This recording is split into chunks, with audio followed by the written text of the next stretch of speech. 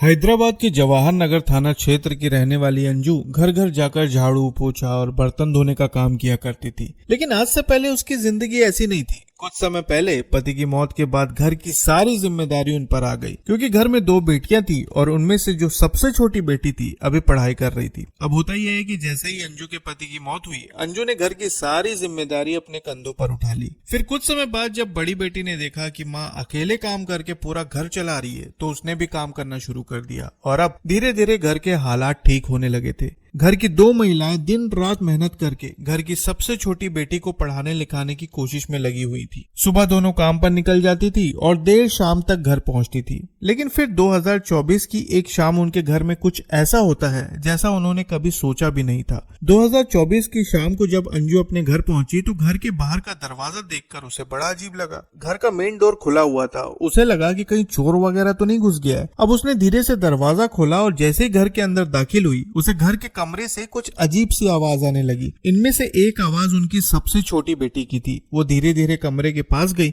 और जैसे ही उसने दरवाजा खोला, वो नजारा देखकर उनके हाथ पांव फूल गए। उनकी सबसे छोटी बेटी अपने प्रेमी के साथ बेहद ज्यादा आपत्तिजनक स्थिति में थी और ये सब देखकर अंजू को बहुत गुस्सा आया।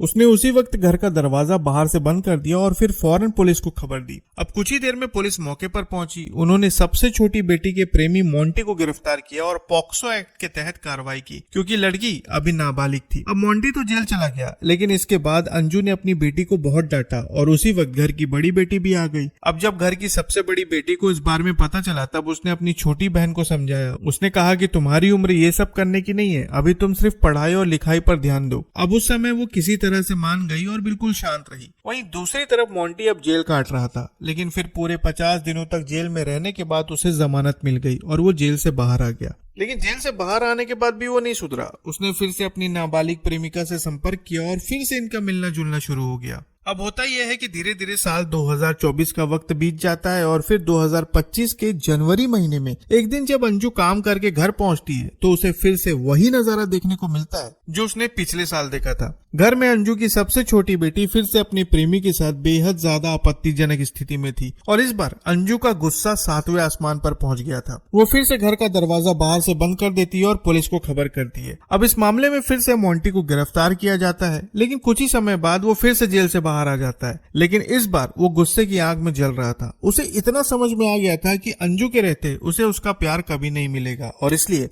उसने एक प्लान बनाया और इस प्लान में उसने अपनी नाबालिग प्रेमिका को भी शामिल कर लिया। अब होता यह है कि प्लान के अनुसार 12 मई 2025 को मोंटी अंजू के घर में जाकर छिप जाता है और फिर देर रात जब अंजू अपना काम निपटाकर घर पहुंचती है, तब उसी वक्त अचानक मोंटी और अंजू की नाबालिग बेटी अंजू पर हमला करते हैं और कुछ ही देर के अंदर अंजू की सांसें हमेशा के लिए थम जाती हैं। लेकिन इस घटना को अंजाम देने के बाद इन्हें डर लगने लगता है कि कहीं ये पकड़े न जाए, क्योंकि अगर सही समय पर शव को ठिकाने नहीं लगाया गया तो इन्हें कोई नहीं बचा सकता। और इसलिए इन्होंने सबसे पहले अंजू के शव को पॉलिथीन में लपेटा और उसे बेडरूम में पलंग के नीचे छुपा दिया और फिर कुछ देर बाद मोंटी वहां से चला गया। लेकिन फिर कुछ समय बाद अंजू की सबसे बड़ी बेटी घर पहुंची। उसने छोटी बहन से पूछा कि माँ कहाँ है, माँ अभी तक क्यों नहीं आई। तब छोटी बेटी ने कहा कि माँ तो सुबह से ही गई थी, लेकिन अभी तक लौटी नहीं है। तब अंजू की सबसे बड़ी बेटी को ऐसा लगा कि शायद माँ को कहीं काम करते हुए देर हो गई होगी और वो कुछ ही देर में आ जाएगी। लेकिन उस रात जब माँ वापस नहीं आती, तब उनकी बेटी को चिंता होने लगती है कि अचानक माँ कहाँ चली गई और तब वो अपनी छोटी बहन से पूछती है कि सच सच बता माँ कहाँ है। तब वो रोते हुए बताती है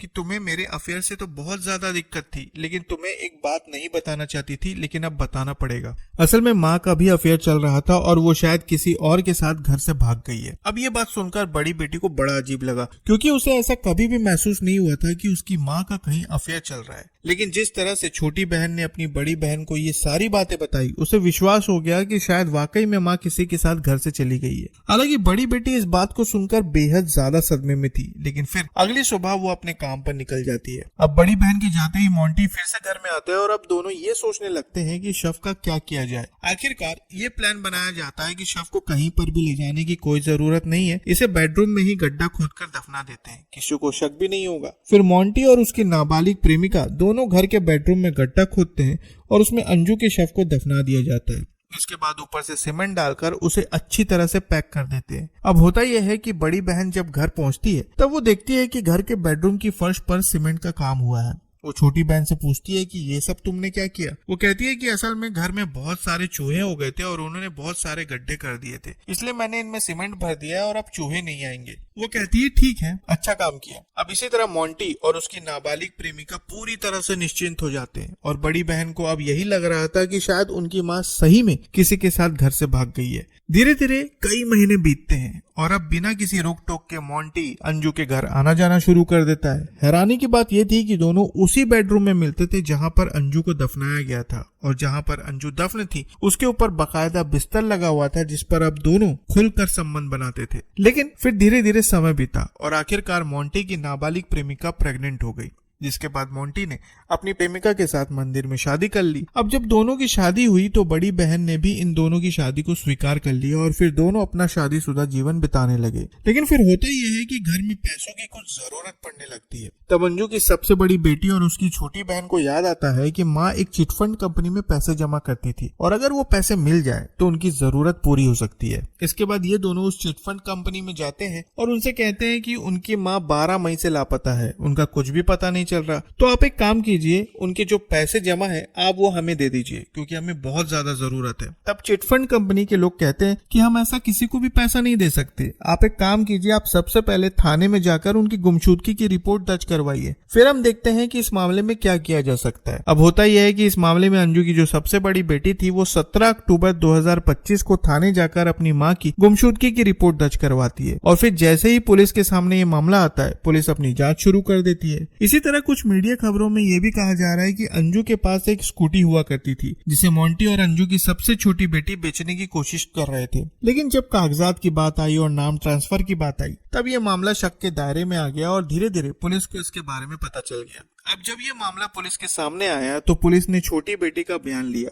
फिर बड़ी बेटी का बयान लिया, लेकिन दोनों के बयान में बहुत ज्यादा अंतर था। छोटी बेटी बार बार अपना बयान बदल रही थी और यहीं से पुलिस को उस पर शक होने लगा। शक के आधार पर पुलिस ने सबसे छोटी बेटी से पूछताछ करनी शुरू की। फिर धीरे धीरे मोंटी का नाम सामने आया, मोंटी को गिरफ्तार किया गया और आखिरकार दोनों ने अपना जुर्म कबूल कर लिया। अब सच के सामने आते ही सबसे पहले घर में खुदाई कराई गई जहाँ पर बेडरूम के फर्श से अंजू का कंकाल बरामद हुआ। कंकाल का पीएम करने के बाद पीएम रिपोर्ट से ये बात सामने आई कि अंजू को बड़ी बेरहमी से मारा गया था। आखिरकार इस मामले में पुलिस ने दोनों के खिलाफ संबंधित धाराओं के तहत मामला दर्ज कर लिया है और मोंटी को न्यायिक हिरासत में भेज दिया गया है। वहीं इस मामले में अंजू की छोटी बेटी अभी नाबालिग थी और इसी वजह से उसे बाल सुधार गृह में भेजा गया है। इस मामले में सबसे दर्दनाक बात यह है कि एक माँ अपनी बेटी का भविष्य बनाने के लिए लगातार मेहनत कर रही थी।